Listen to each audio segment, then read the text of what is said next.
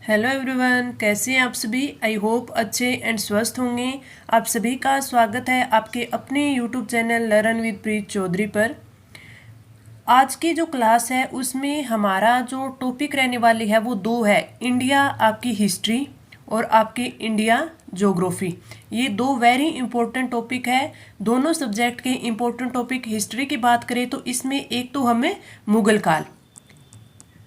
काल इसके जो जो इम्पोर्टेंट क्वेश्चंस है वो बन सकती है वो। दूसरा आपका सल्तनत काल। ये दो तो हम इंडियन हिस्ट्री में कवर करेंगे और अच्छे से कवर करेंगे। ज्योग्राफी की बात करूँ तो ज्योग्राफी में आपके कई टॉपिक जैसे मृदा, फसल, मानसून मानसून वन और वनस्पति और एक आपका टॉपिक है जलवायु।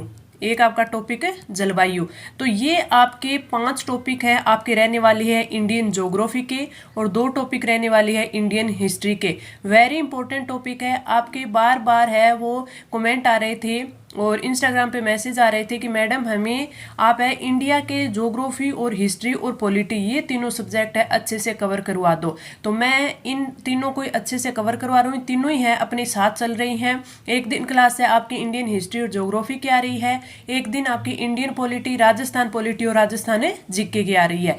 तो ये सारे टॉपिक है अच्छे से मैं इनका रिवीजन आपको करवा रही हूँ और इससे आपके है रिवीजन तो हो ही हो रहा है। तभी मैं आप सबको बोलती हूँ कि आप अब जितने भी दिन बचे हैं उसमें ज़्यादा से ज़्यादा रिवीजन करिए और अपने करंट अफेयर्स को मजबूत करिए।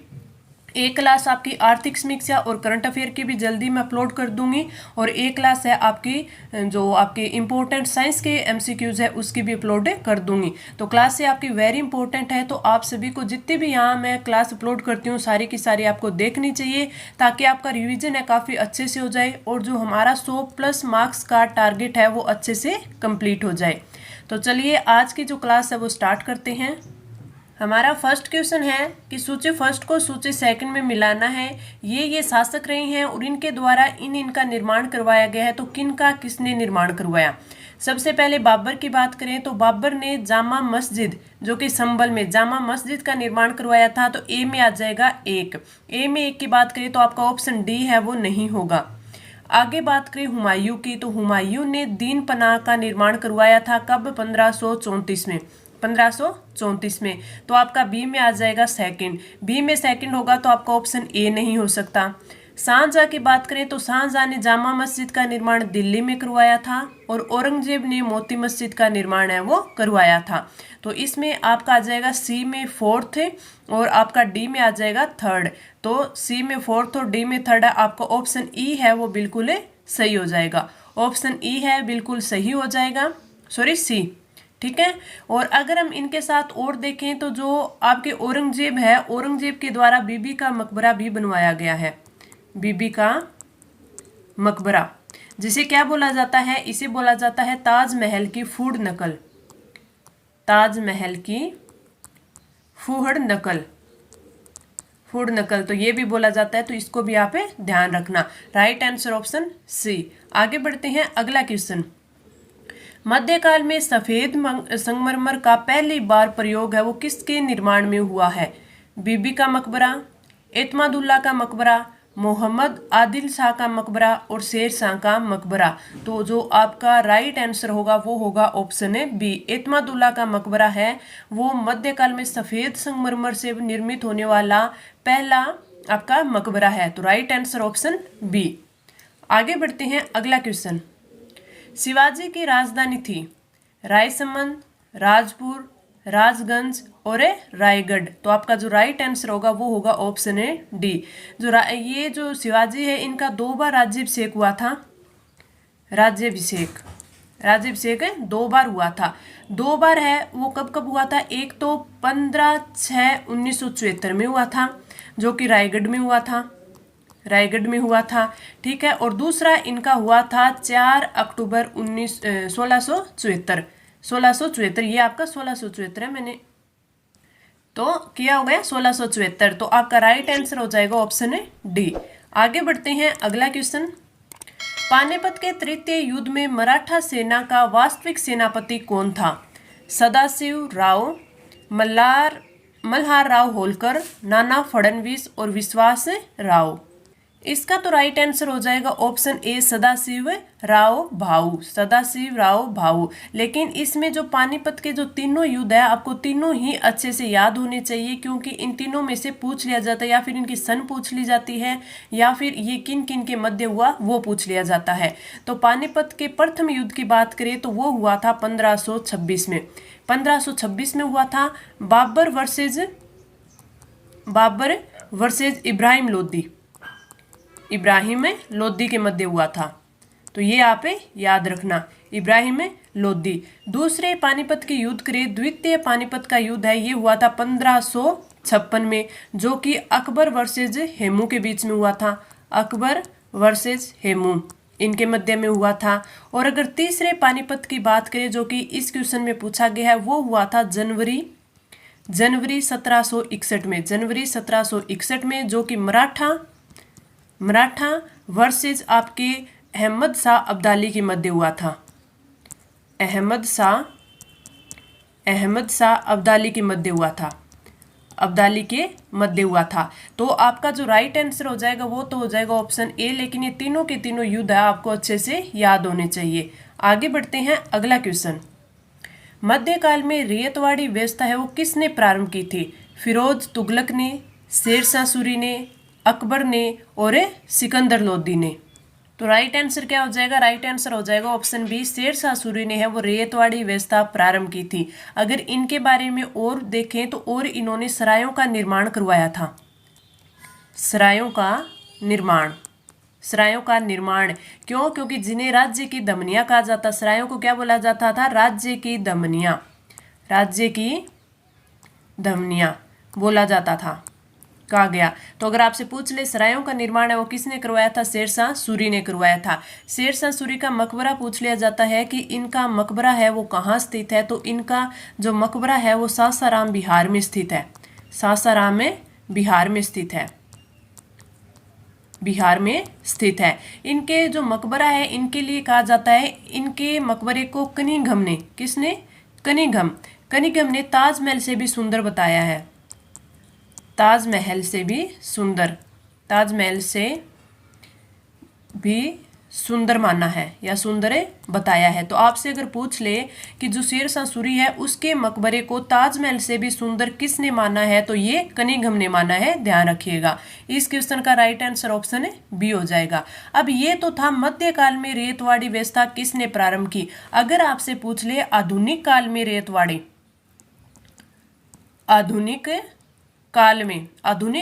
रेतवाड़ी है वो किसने स्टार्ट की थी? तो ये आप याद रखना, रीड व मुनरो ने है वो रेतवाड़ी व्यवस्था है वो प्रारंभ की थी आधुनिक काल में। तो मध्यकाल में शेरशाह सूरी, आधुनिक काल में रीड व मुनरो। इसमें जो किसान थे वो सीधे राजस्व है वो जमा करवाते थे। तो आप ये चीजें भी याद रखना, दोनों इंपॉर्टेंट है, मध्यकाल और आधुनिक भारत में। आगे बढ़े, अगला क्वेश्चन। अकबर का शिक्षक है वो किसे नियुक्त किया गया था? अबुल फजल, मीर फतुल्ला सिराजी, अब्दुल नबी और मीर अब्दुल लतीफ़। तो राइट आंसर होगा वो तो होगा ऑप्शन डी, कि अकबर का शिक्षक है वो मीर अब्दुल लतीफ़ को नियुक्त किया गया था। और किसके द्वारा किया गया था? बैरम खां के द्वारा। बैरम खां या बैराम खां, बैरम खां के द्वारा है वो नियुक्त किया गया था। तो बैरम खां ने नियुक्त किया था। और आपको एक चीज़ तो ये पता ही होगा कि जो अकबर था वो अनपढ़ था। अकबर है वो एक अनपढ़ शासक था, अनपढ़ था। तो इस क्वेश्चन का राइट आंसर ऑप्शन डी। आगे बढ़ते हैं, अगला क्वेश्चन। निम्नलिखित में से असुमेलित है वो हमें देखना है। 1563 में तीर्थ यात्री कर की समाप्ति हुई थी, बिल्कुल सही। 1564 में जजिया कर की समाप्ति हुई थी, ये भी बिल्कुल सही। 1579 में मजहर की घोषणा हुई थी, ये भी सही। और 1580 में दीन ए इलाही की घोषणा हुई थी, ये गलत है। दीन ए इलाही की घोषणा है वो 1582 में हुई थी। और प्रथम हिंदू, इसे अपनाने वाला प्रथम हिंदू कौन था? तो प्रथम हिंदू है वो बिरबल था। कौन था? बिरबल। तो ये भी आप ध्यान रखिएगा। अगर बात करें फिर 1580 में क्या हुआ था, तो 1580 में जो संपूर्ण साम्राज्य है उसको 12 सूबों में विभाजित किया था। तो संपूर्ण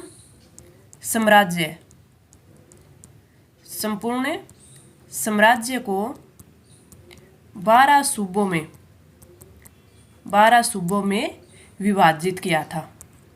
विभाजित, तो आपको दोनों चीजें याद रखनी है कि जो दीन ए इलाही की घोषणा 1582 में, प्रथम हिंदू बिरबल और संपूर्ण साम्राज्य के 12 सूबों में विभाजित 1580, ये चीजें आप याद रखना। और जो अकबर की जो ये दीन ए इलाही है, इसको दीन ए इलाही को अकबर की मूर्खता का प्रतीक माना था। तो ये है वो किसने माना था, आपसे ये क्वेश्चन पूछा जा सकता है। तो आप याद रखना विंसेंट स्मिथ। विंसेंट स्मिथ ने दीन ए इलाही को अकबर की मूर्खता का प्रतीक माना। तो ये चीज भी आप याद रखना। तो ये जो मैंने 3-4 चीजें बताई हैं काफी इंपॉर्टेंट है, यहाँ पे इनको भी ध्यान में रखना। और जो ये कर से संबंधित जैसे जजिया कर हो गया, तीर्थ यात्री कर हो गया, मुसलमानों पर कर, गैर मुसलमानों पर कर, इसकी एक जो आपकी 2D सक्सेस सीरीज है उसमें छोटी सी मैंने 8 से 10 मिनट की क्लास है उसमें ली है। और वो सारे के सारे कर है वो काफी इंपॉर्टेंट है जो कि एग्जाम में पूछे जाते हैं। तो वो भी आपको क्लास देखनी चाहिए, क्योंकि उससे हो सकता है आपका एक क्वेश्चन है वो पुटअप हो जाए। आगे बढ़ते हैं, अगला क्वेश्चन। अकबर ने जर्री कलम की उपाधि है वो दी थी मीर सैयद अली, ख्वाजा अब्दुस्समद, मोहम्मद हुसैन कश्मीरी और अबुल हसन। तो जर्री कलम की उपाधि है वो राइट आंसर ऑप्शन है सी हो जाएगा, मोहम्मद हुसैन कश्मीरी को। अगर हम बात करें मीर सैयद अली की, तो इसकी थी नादिर उल अस्तर। अगर ख्वाजा अब्दुस्समद की बात करें तो सिरी कलम। और मोहम्मद हुसैन कश्मीरी की बात करें तो जरी कलम। तो ये है वो राइट होगा। और जो अकबर के काल में हो भित्ति चित्रण ये करता था, तो राइट आंसर ऑप्शन सी। आगे बढ़े, अगला क्वेश्चन। सल्तनत युग का अकबर है वो किसे कहा गया है? अलाउद्दीन खिलजी, मोहम्मद तुगलक, फिरोज तुगलक और जैनुल अब्दीन। तो राइट आंसर हो जाएगा ऑप्शन सी, फिरोज तुगलक है उसे सल्तनत युग का अकबर है वो कहा गया। और अगर आपसे पूछ ले कि सल्तनत युग का अकबर है इसे कहा किसने था फिरोज शाह तुगलक को, तो इलियट व एल फिनिस्टन इन्होंने है क्या बोला था, इसे बोला था सुल्तनत युग का अकबर इसे कहा था। और ये प्रथम शासक था जिसने सिंचाई कर और ब्राह्मणों से जजिया वसूल किया था। इसके अलावा अगर हम मोहम्मद तुगलक की बात करें तो इसे अभागा आदर्शवादी शासक कहा जाता है। अभागा आदर्शवादी शासक कहा जाता है। इसे रक्त पिपासु भी बोला जाता है। इसे धनवानों का धनवान भी बोला जाता है। धनवानों का धनवान भी बोला जाता है। और इसने एक विभाग की स्थापना की थी जिसका नाम है दीवान ए कोही। वेरी इंपॉर्टेंट है। और ये जितने भी विभाग है किस लिए काम आते हैं सारे के सारे क्वेश्चन है मेरे करवाए हुए हैं आपको। तो दीवान ए कोही की स्थापना है ये किसने की थी? मोहम्मद तुगलक ने की थी। इसने विजयनगर और बहमनी दो साम्राज्य जो राज्य है उनकी भी स्थापना की थी। विजयनगर और बहमनी की तो की थी इसने 1347 में और विजयनगर की थी 1336 में। तो आप सन याद ना रखना, लेकिन ये चीजें याद रखना कि इलियट व एफिंस्टन ने कहा था धनवानों का धनवान भी कहा जाता है। दीवान ए कोई विभाग की स्थापना की थी। Right answer option C. आगे बढ़ते हैं, अगला क्वेश्चन। भारत में प्रथम पूर्णतः संगमरमर से बनी इमारत है जमात खाना, मस्जिद मकबरा, बलबन का मकबरा, गयासुद्दीन का मकबरा और हुसुंग शाह का मकबरा। तो आपका जो राइट आंसर होगा वो होगा option D. Option D Hoshang Shah का मकबरा है वो भारत में प्रथम पूर्णतः संगमरमर से बनी इमारत है। इसको मालवा के शासक ने महमूद खिलजी फर्स्ट द्वारा निर्मित है। ये महमूद खिलजी फर्स्ट के द्वारा है वो निर्मित है। अगर मुगल काल में पहली बार सफेद संगमरमर का प्रयोग पूछ ले तो वो आपको बताना है मुगल काल में पहली बार सफेद संगमरमर का यूज संगमरमर का यूज है वो किया गया था हुमायूं के मकबरे में। हुमायूं के मकबरे में, ठीक है। आपको ये याद रखना है। अगर आपसे पूछ ले कि पूर्णतः संगमरमर का यूज है वो किस में किया गया है, पूर्णतः अगर संगमरमर का यूज आपसे पूछ ले तो वो आपका एतमादुल्ला का मकबरा है उसमें किया गया था। एतमादुल्ला का मकबरा है, उसमें जो पूर्णतः संगमरमर से निर्मित ये इमारत थी। और इसमें अगर आपसे ये पूछ लेना कि पहली बार पित्रा ड्यूरा का प्रयोग भी इसी में किया गया है, पहली बार पित्रा ड्यूरा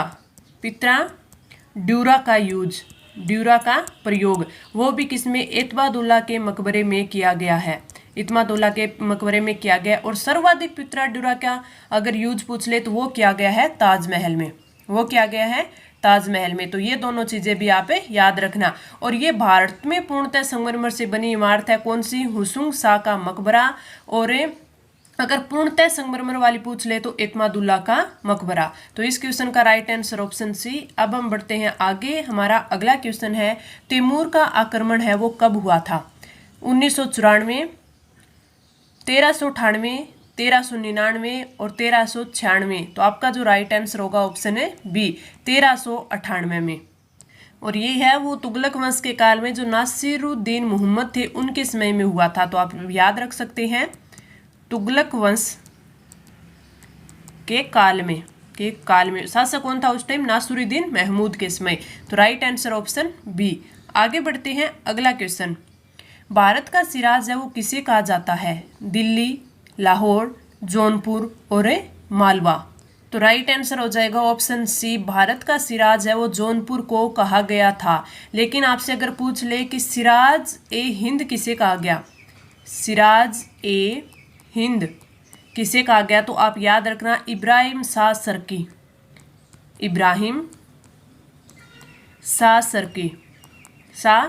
तो ये भी इंपॉर्टेंट है, दोनों चीजें आप याद रखना।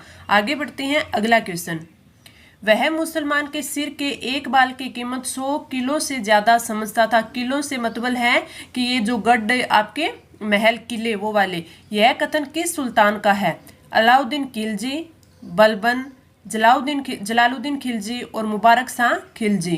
तो राइट आंसर हो जाएगा ऑप्शन सी, जलालुद्दीन खिलजी है, उसने वह मुसलमान के सिर के एक बाल की कीमत 100 किलो से ज़्यादा समझता था, ठीक है। और एक बात इनके बारे में आप ये याद रखना कि जो ईरानी फकीर सिद्ध मोल्ला थे, ईरानी फकीर सिद्दी मोल्ला, इनको है जलालुद्दीन खिलजी ने है वो हाथियों के पैरों तले है वो कुचलवाया था, हाथियों के पैरों तले है वो कुचलवाया था, ये याद रखना। दूसरा ये याद रखना कि जो मुबारक शाह खिलजी है, ये इसने है वो स्वयं को खलीफा घोषित किया था, क्यों कई बार पूछ लिया जाता है कि किस शासक ने है वो स्वयं को खलीफा घोषित किया था। तो आप याद रखना मुबारक शाह खिलजी, इन्होंने स्वयं को है वो खलीफा घोषित किया था। और जो जलालुद्दीन फिरोज खिलजी था उसने बोला था कि मुसलमानों का खून बहाना मेरे बस की बात है वो नहीं है। तो 3-4 स्टेटमेंट है, आप अच्छे से याद रखना। Right answer option C. आगे बढ़ते हैं अगला क्वेश्चन, दिल्ली सल्तनत में साम्राज्यवादी युग का प्रारंभ किसके शासन से होता है, जलालुद्दीन खिलजी, फिरोज तुगलक, अलाउद्दीन खिलजी और मोहम्मद बिन तुगलक।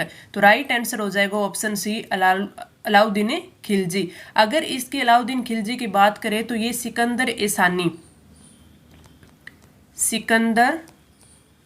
एसानी। दूसरे इसके बारे में बात करें तो इसने 1 दिनार में मलिक काफूर को खरीदा था, मलिक काफूर। तो मलिक काफूर को क्या बोला जाता है, 1000 दिनारी। और अगर हम बात करें कि खिलजी काल में सल्तनत का विस्तार है वो दक्षिणी भारत में हुआ था। तो अगर आपसे पूछ ले कि खिलजी काल में सल्तनत का विस्तार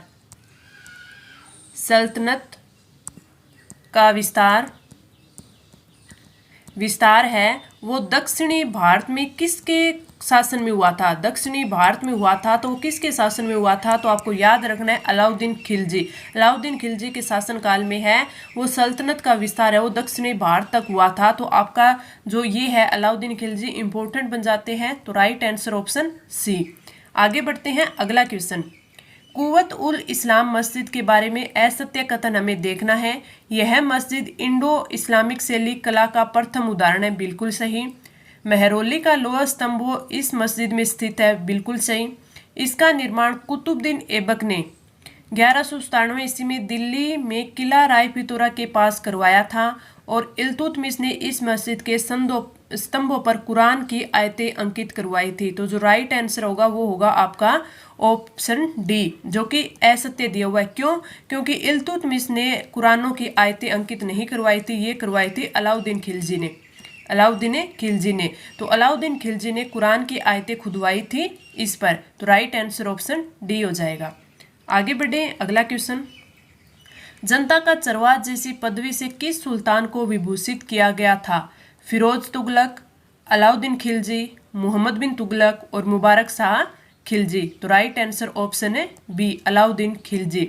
अगर इसकी बात करें तो राज्य को धर्म से अलग करने वाला, राज्य को धर्म से अलग करने वाला अलाउद्दीन खिलजी है, वो प्रथम शासक था।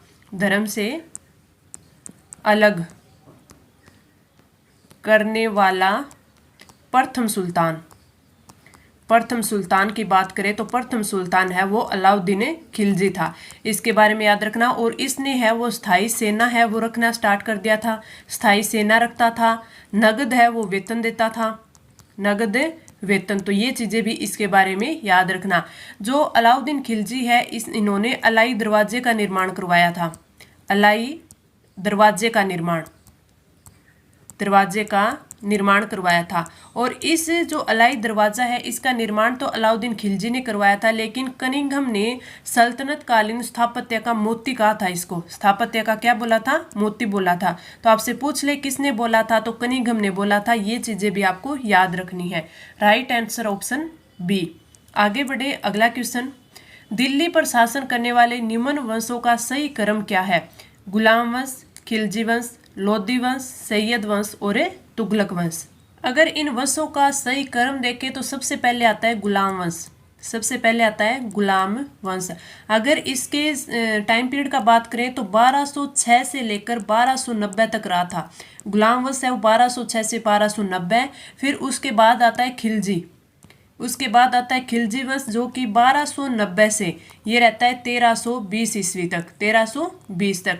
उसके बाद आता है तुगलक वंश, तुगलक वंश, तुगलक वंश रहता है 1320 से 1414 तक, 1414 ईस्वी तक।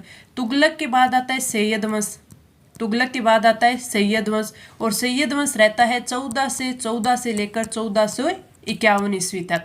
और इसके बाद में आता है लोधी वंश जो कि प्रथम अफगान था। लोधी वंश, लोधी वंश की बात करें तो ये 1451 से लेकर 1526 तक रहता है। तो अब इसमें क्रम देख लीजिए, सबसे पहले आएगा तुगलक तो 1 नंबर आएगा, तो सी और डी तो आपके हो ही नहीं सकते। उसके बाद खिलजी तो 2 नंबर, फिर तुगलक यानी 5 नंबर। तो आपका ऑप्शन बी है वो राइट आंसर है हो जाएगा। इस प्रकार इनका क्रम है वो कई बार एग्जाम में पूछ लिया जाता है, सेम एज इट इज इसी प्रकार क्वेश्चन दिया जाता है, तो आपको ये भी ध्यान रखना है। आगे बढ़ते हैं, अगला क्वेश्चन। दिल्ली सल्तनत में सर्वप्रथम लाहौर के स्थान पर दिल्ली को राजधानी बनाने वाला शासक था? कुतुबुद्दीन ऐबक, आराम शाह, इल्तुतमिश और बलबन। तो राइट आंसर की बात करें तो राइट आंसर हो जाएगा ऑप्शन सी, इल्तुतमिश। इल्तुतमिश ने दिल्ली सल्तनत में सर्वप्रथम लाहौर से दिल्ली को राजधानी बनाया था, यानी लाहौर के स्थान पर दिल्ली को बनाया था। इसने जित्तल व टंका 2 सिक्के स्टार्ट किए थे। तो जित्तल तो तांबे का था, तांबे का था, और टंका है वो किसका था? चांदी का था, चांदी का था।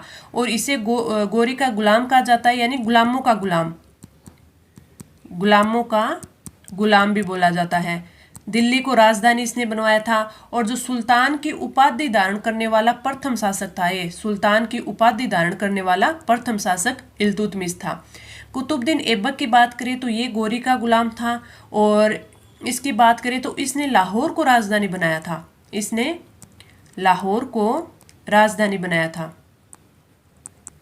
राजधानी बनाया था। तो आप ये भी याद रखना कि लाहौर को राजधानी बनाया कुतुबुद्दीन ऐबक ने और लाहौर के स्थान पर दिल्ली को बनाया था इल्तुतमिश ने। राइट आंसर ऑप्शन सी।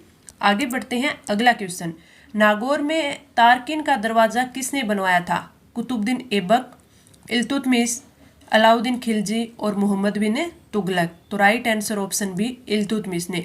इल्तुतमिश की और बातें करें तो इन्होंने है वो बदायूं की जामा मस्जिद बनवाई थी, बदायूं की जामा मस्जिद, जामा मस्जिद।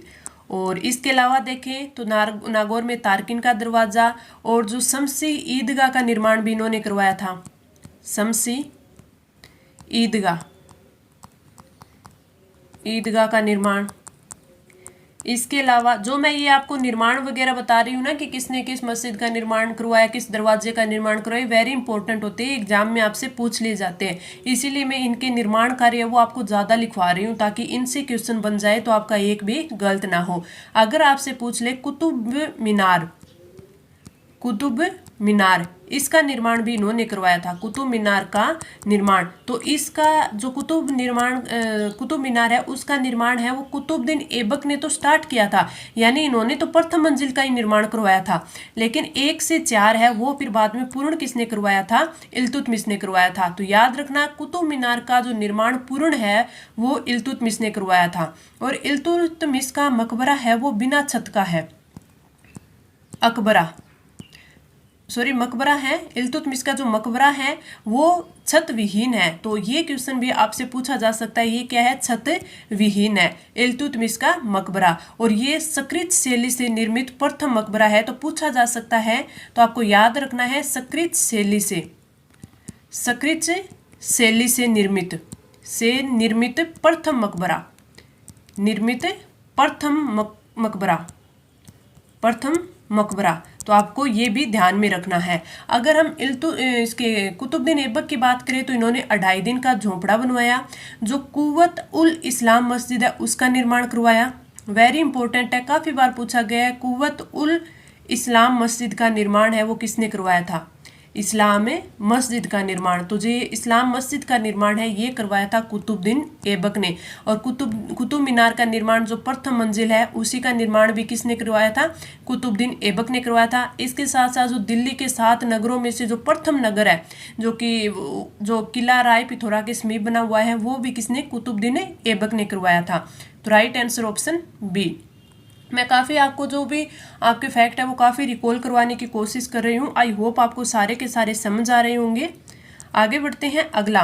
बलबन ने अपने शासनकाल में किस पद का सृजन किया था? दीवान वकूफ़, दीवान मुस्तखराज, दीवान आरिज और दीवान रियासत। तो आपका राइट आंसर ऑप्शन सी, दीवान आरिज। बलबन की बात करें तो इन्होंने दीवान अर्ज या दीवान आरिज अर्ज नामक है एक विभाग बनवाया था। और ये विभाग है, इसकी जो स्थापना की थी ये सैन्य विभाग है, ये सैन्य विभाग है। और इन्होंने गुलाम चालीसा दल का भी दमन किया था। तो ये आपको याद रखना है, पूछा हुआ क्वेश्चन है कि गुलाम चालीसा दल का दमन है वो किसने किया था? तो आपको ये भी याद रखना है, बलबन ने। Right answer option C. आगे बढ़ते हैं, अगला क्वेश्चन। उष्ण कटिबंधीय कांटेदार वनों के संबंध में कौन से कथन है वो सत्य हैं? अब हमारे यहाँ से ज्योग्राफी स्टार्ट होती है, Indian geography, very important topic रहेंगे। पहला कथन है कि ये वन उन क्षेत्रों में पाए जाते हैं जहाँ वार्षिक वर्षा 50 सेंटीमीटर से कम होती है, बिल्कुल सही। इस प्रकार के वन देश के उत्तरी पश्चिमी भागों में पाए जाते हैं, ये भी सही है। और इन वनों के पौधे लगभग पूरे वर्ष पर्णहरित रहते हैं, यानी इसमें कांटेदार जो वन होते हैं वो होते हैं। तो इसमें तीनों ही सही है। तो राइट आंसर हो जाएगा ऑप्शन डी, उपरोक्त सभी। आगे बढ़ते हैं, अगला क्वेश्चन।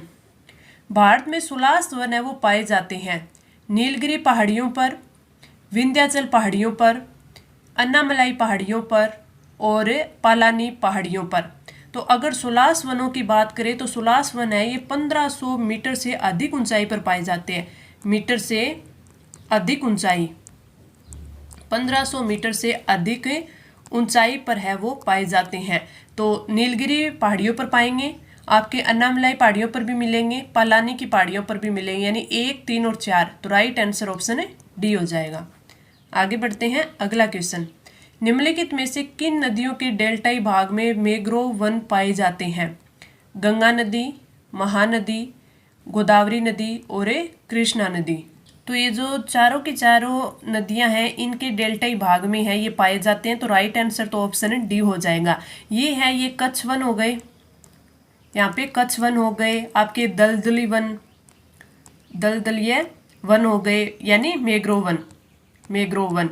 और यहाँ पे अगर आपसे पूछ ले कि पौधे या फिर वृक्ष है कौन से होते हैं, तो यहाँ पर सुंदरी वृक्ष, सुंदरी वृक्ष, इसलिए इसे सुंदर डेल्टा बोला जाता है। सुंदरी वृक्ष हो गए और इसके साथ साथ केवड़ा के वृक्ष हो गए, ये यहाँ पर मिलते हैं। तो राइट आंसर ऑप्शन डी। आगे बढ़ते हैं अगला क्वेश्चन। निम्नलिखित में से रेह कहा जाता है? मरुस्थलीय मृदा, जैविक मृदा, लवणीय मृदा और कपास मृदा। इसका तो सभी को क्वेश्चन का आंसर पता है। राइट आंसर ऑप्शन सी लवणीय मृदा। इसे रेह बोलते हैं, इसे कल्लर भी बोलते हैं, इसे उस्सर भी बोलते हैं। अगर आपके रेगड़ या रेगूर मृदा बोल दे, रेगड़ या रेगूर मृदा, तो वो होती है आपकी कपास मृदा, या इसे काली कपासी मृदा भी बोलते हैं, काली कपासी मृदा भी बोलते हैं। बिना सिंचाई के कपास होने वाली स्वतः जुताई वाली मृदा भी बोलते हैं। तो इसको कई नामों से जाना जाता है, रेगूर मृदा, बिना सिंचाई के कपास वाली मृदा, स्वतः जुताई वाली मृदा। तो आपका राइट आंसर ऑप्शन सी। आगे बढ़े अगला क्वेश्चन। निम्नलिखित में से किस मृदा में लोहे तथा एल्यूमिनियम तत्वों की प्रधानता होती है? जलोढ़, लाल मृदा और लेटेराइट मृदा, लाल पीली मृदा। तो जो राइट आंसर होगा वो होगा ऑप्शन सी लेटेराइट मृदा। मृदा में लोहा तथा एल्यूमिनियम तत्वों की प्रधानता होती है लेटेराइट मृदा में, और ये ईंट बनाने के काम में आती है, ईंट बनाने के काम में, इसमें निक्षालन की क्रिया से ईंट बनाने के काम में आती है। तो राइट आंसर ऑप्शन सी। आगे बढ़े अगला क्वेश्चन। निम्नलिखित में से किस मृदा का भारत में सर्वाधिक विस्तार है? जलोढ़, काली, लाल पीली या लेटेराइट। तो राइट आंसर हो जाएगा ऑप्शन है ए। जलोढ़ मृदा का विस्तार है वो भारत में सर्वाधिक है, क्योंकि सिंधु और आपके गंगा और ब्रह्मपुत्र, ये जो आपका विस्तार है इस स्थान पर, इसके मैदानी भाग में ये ज़्यादा मिलती है। तो अगर आपसे पूछ ले कि भारत में सर्वाधिक विस्तार के आधार पर मिट्टियों का क्रम बताइए, तो आपका सबसे पहले तो आती है जलोढ़ मृदा, उसके बाद आती है लाल पीली मृदा, लाल पीली मृदा, ये इंपॉर्टेंट है, क्रम आपको याद रखना। और उसके बाद में आता है काली मृदा। तो क्रम है वो वेरी इंपॉर्टेंट है, पूछा जाता है। तो एक नंबर पे जलोढ़, फिर लाल पीली और फिर काली। तो राइट आंसर ऑप्शन ए। आगे बढ़ते हैं अगला क्वेश्चन। निम्नलिखित में से लेटेराइट मृदा का सर्वाधिक विस्तार है वो किस राज्य में है? महाराष्ट्र, उत्तर प्रदेश, केरल और पश्चिम बंगाल। तो जो राइट आंसर होगा वो होगा आपके ऑप्शन है सी केरल में। अगर आपसे पूछ ले कि काली मृदा का विस्तार सर्वाधिक कहाँ पर है, काली मृदा का विस्तार पूछ ले तो वो है सर्वाधिक महाराष्ट्र में। अगर बांगर मृदा का पूछ ले, बांगर मृदा है या बांगर है वो सर्वाधिक कहाँ होती है, तो वो होती है आपके उत्तर प्रदेश में। और अगर खादर की बात करें तो खादर सर्वाधिक कहाँ है? पश्चिम बंगाल में। और जो केरल है वहाँ पर है रोपित फसलें हैं वो सर्वाधिक होती हैं यानी लेटेराइट मृदा में। तो राइट आंसर ऑप्शन सी। आगे बढ़े अगला क्वेश्चन। शुष्क एवं अर्धशुष्क जलवायु प्रदेशों में लवणीय मृदा के विस्तार के लिए उत्तरदायी कारण है? सिंचाई की अल्पता, सिंचाई की व्यतिरेक और शुष्क जलवायु और दरारी उद्दीरण। तो आपका जो राइट आंसर होगा वो होगा आपका ऑप्शन है बी, सिंचाई की व्यतिकरण यानी वाष्पीकरण। जो लवणीय मृदा होती है, लवणीय मृदा होती है उसमें जो लवण होते हैं वो केशिकत्व है, केशिकत्व के कारण है वो जमीन के यहाँ पर ऊपर आ जाते हैं। तो आपका जो इसको और इसकी लवणीयता को वो जिप्सम से सही करते हैं। ये आपको पता ही है कि लवणीयता को समाप्त करने के लिए किसका यूज किया जाता है? जिप्सम का। तो राइट आंसर ऑप्शन बी। आगे बढ़े अगला क्वेश्चन। निम्नलिखित में से नूतन जलोढ़ मृदा का क्षेत्र कहलाता है? नूतन है वो जलोढ़ मृदा का क्षेत्र कहलाता है। नूतन जलोढ़ मृदा से मतलब है कि नई जलोढ़ मृदा। तो इसमें आपका जो राइट आंसर होगा उससे पहले मैं आपको बताऊं, जैसे जलोढ़ मृदा है, जलोढ़ मृदा, तो जलोढ़ मृदा में दो प्रकार होते हैं। दो कौन कौन से? एक तो आपकी होते हैं खादर जो कि आपकी अधिक उपजाऊ होती है, और दूसरी होती है बांगर, बांगर। ये जो खादर है वो अधिक उपजाऊ होती है, अधिक उपजाऊ। और जो नई जलोढ़ होती है वो यही होती है खादर, यानी नूतन जलोढ़ मृदा क्षेत्र है वो खादर कहलाता है। तो राइट आंसर ऑप्शन सी। जैसे कोई नदी है और उस नदी में पानी का बहाव है यहाँ तक है, तो इसमें जो मिट्टी होगी वो होगी खादर, ठीक है, वो खादर। और इसका बहाव है वो यहाँ तक है, वो कभी कभार जाता है, तो यानी ये कभी कभार जाता है, तो ये पुरानी जलोढ़ हो गई, तो इसको बोलते हैं आपके बांगर। तो आप ये याद रखना, पुरानी जलोढ़ बांगर और नई जलोढ़ है वो खादर कहलाती है। Right answer option C. आगे बढ़े, अगला क्वेश्चन, निम्नलिखित में से कौन सी मृदा है वो नकदी फसलों के उत्पादन के लिए उपयुक्त है? जलोढ़ मृदा, काली मृदा, लेटेराइट मृदा और जैविक मृदा। अगर आपने ध्यान दिया हो तो मैंने पिछले क्वेश्चन में बताया था कि जो लेटेराइट मृदा है उसका सर्वाधिक क्षेत्रफल है या सर्वाधिक मृदा है वो केरल में पाई जाती है, और यहाँ पर रोपित फसलें हैं वो ज़्यादा होती है। रोपित फसलें यानी नगदी फसलें जिनका रोपण किया जाता है, ठीक है। तो इसका जो नगदी फसलें हो गई जैसे चाय वगैरह हो गई, तो राइट आंसर क्या हो जाएगा? ऑप्शन है सी, लेटेराइट मृदा। आगे बढ़ते हैं, अगला क्वेश्चन, निम्नलिखित इसमें से लवण प्रतिरोधी फसल है? कपास और गेहूं, उड़द अरहर, चाय कहवा, आंवला और जामुन। Right answer option D. अगला क्वेश्चन, निम्नलिखित में से कौन सी मृदा है वो मैंग्रोव वनस्पति क्षेत्र में पाई जाती है? जलोढ़ मृदा, लवणीय मृदा, लेटेराइट मृदा और पीट मृदा। तो राइट आंसर हो जाएगा ऑप्शन डी। आगे बढ़ते हैं, अगला क्वेश्चन, निम्नलिखित में से भारतीय अर्थव्यवस्था में सर्वाधिक योगदान देने वाले वन क्षेत्र हैं? उष्णकटिबंधीय सदाबहार क्षेत्र, उष्णकटिबंधीय आर्द्र पर्णपाती वन, उष्णकटिबंधीय कंटीले वन और ज्वारीय वन। तो भारतीय अर्थव्यवस्था में सर्वाधिक योगदान देते हैं उष्णकटिबंधीय आर्द्र पर्णपाती वन। तो आपका जो राइट आंसर होगा वो हो जाएगा ऑप्शन बी। आगे बढ़े, अगला क्वेश्चन, निम्नलिखित में से उष्णकटिबंधीय सदाबहार वन है वो पाए जाते हैं? उत्तर पर्वतीय प्रदेश में, उत्तरी पर्वतीय प्रदेश में, पश्चिमी घाट में, छोटा नागपुर पठार क्षेत्र में या फिर अरावली पर्वतीय प्रदेश में। तो जो राइट आंसर होगा वो होगा ऑप्शन बी, पश्चिमी घाट में है वो उष्णकटिबंधीय सदाबहार वन पाए जाते हैं। अगर उष्णकटिबंधीय सदाबहार वन की बात करें तो ये 200 सेंटीमीटर से अधिक वर्षा वाले क्षेत्रों में होती है, से अधिक वर्षा होती है वहां पर होती है। जैसे पश्चिमी घाट हो गया, पश्चिमी घाट का पश्चिमी ढाल पर। इसके अलावा कहाँ पर हो सकती है? इसके अलावा पूर्वी हिमालय। तो इस प्रकार आपको कई चीजें पूछी जा सकती हैं कि ये वन है वो कहाँ कहाँ पाए जाते हैं। जैसे इसमें आ गया तो इसमें आपको पश्चिमी घाट के पश्चिमी ढाल पर दे सकता था, पूर्वी हिमालय भी दे देता, या फिर अंडमान एवं निकोबार भी दे देता, तो वहां पर भी पाए जाते हैं। फिर आपको ये तीनों करने पड़ते। और अंडमान एवं निकोबार है, इसे प्राकृतिक वनस्पतियों का घर कहा जाता है, प्राकृतिक वनस्पतियों का घर। तो इस क्वेश्चन का राइट आंसर हो गया आपका ऑप्शन बी। आगे बढ़ते हैं, अगला क्वेश्चन, भारतीय वन अनुसंधान संस्थान का मुख्यालय कहाँ है? उत्तर प्रदेश, राजस्थान, उत्तराखंड और Andhra Pradesh. Right answer option C, Uttarakhand में भी कहाँ पर? देहरादून। एक आपसे क्वेश्चन और पूछा जा सकता है, वो क्या कि भारतीय वन प्रबंधन संस्थान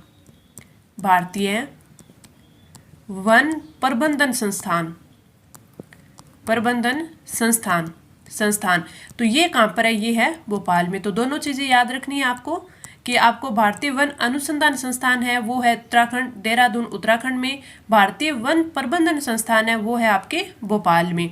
आगे बढ़ते हैं, अगला क्वेश्चन, भारत में वनों के विकास के लिए वन विभाग की स्थापना है वो कब की गई थी? तो वन विभाग की स्थापना है 1894, 1927, 1854 और 1952। तो राइट आंसर ऑप्शन सी, 1854 और लॉर्ड डलहौजी के टाइम, लॉर्ड डलहौजी।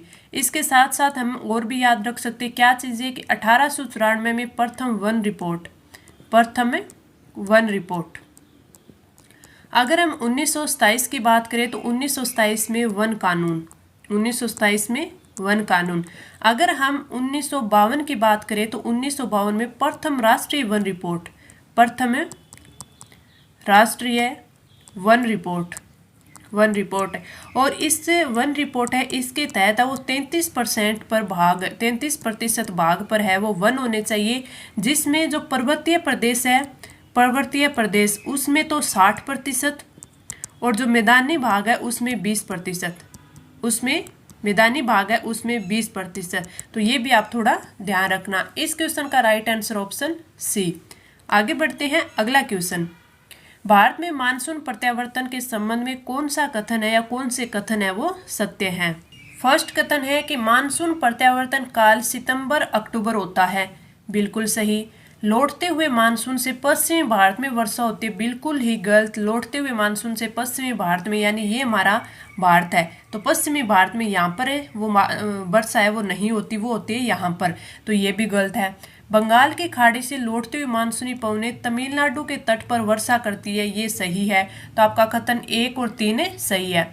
लौटते हुए मानसूनी पवनें अरब सागर से जलवाष्प ग्रहण करके तमिलनाडु के तट पर वर्षा करती है, ये गलत है, क्योंकि ऊपर वाला जो ये कथन है उसमें बता दिया कि ये बंगाल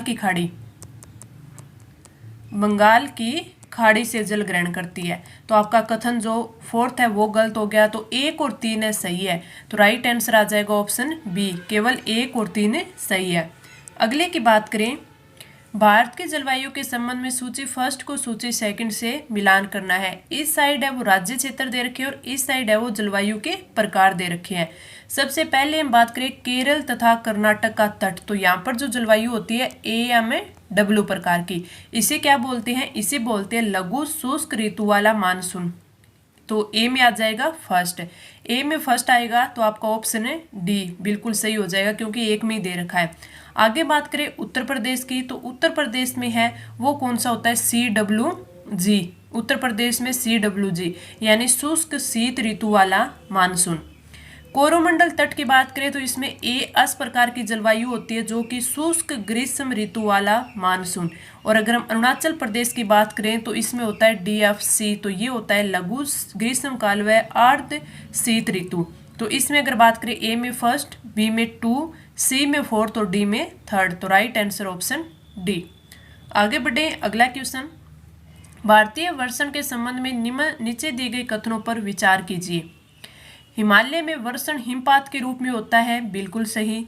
उत्तरी भारत में वर्षा की मात्रा पश्चिम से पूर्व की ओर घटती जाती है, नहीं, पश्चिम से पूर्व की ओर बढ़ती जाती है।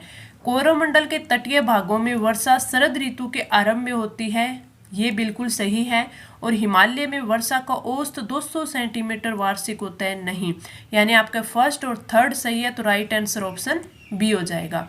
अगले क्वेश्चन और इस टेस्ट के लास्ट क्वेश्चन की बात करें, मानसून के विच्छेद के संबंध में कौन सा कथन है वो असत्य है। उत्तर भारत के मैदान में मानसून विच्छेद उष्णकटिबंधीय चक्रवातों की संख्या कम हो जाने से होता है। तो इसने सही बोला है कि उत्तर भारत के मैदान में मानसून विच्छेद यानी मानसून अवकाश है वो उष्णकटिबंधीय चक्रवातों की संख्या कम हो जाने से होता है, बिल्कुल सही। पश्चिमी तट पर मानसून विच्छेद का प्रमुख कारण उष्ण चक्रवातों का आना है, नहीं। तो आपका जो कथन फर्स्ट है वो बिल्कुल सही दे रखा है, असत्य दिया हुआ है कथन 2, तो राइट आंसर ऑप्शन बी हो जाएगा। ये मैंने आपको total 40 important question with important fact के साथ करवाए हैं। क्लास कैसी लगी कमेंट करके बताना, अच्छी लगी तो लाइक करना, लेकिन अपने फ्रेंड्स के साथ ज़्यादा से ज़्यादा शेयर करना, ताकि मुझे भी मोटिवेशन मिले और सभी बच्चों को फ़ायदा भी मिले। तो चलिए अब मिलते हैं अगली क्लास में नए कंटेंट के साथ, तब तक के लिए धन्यवाद।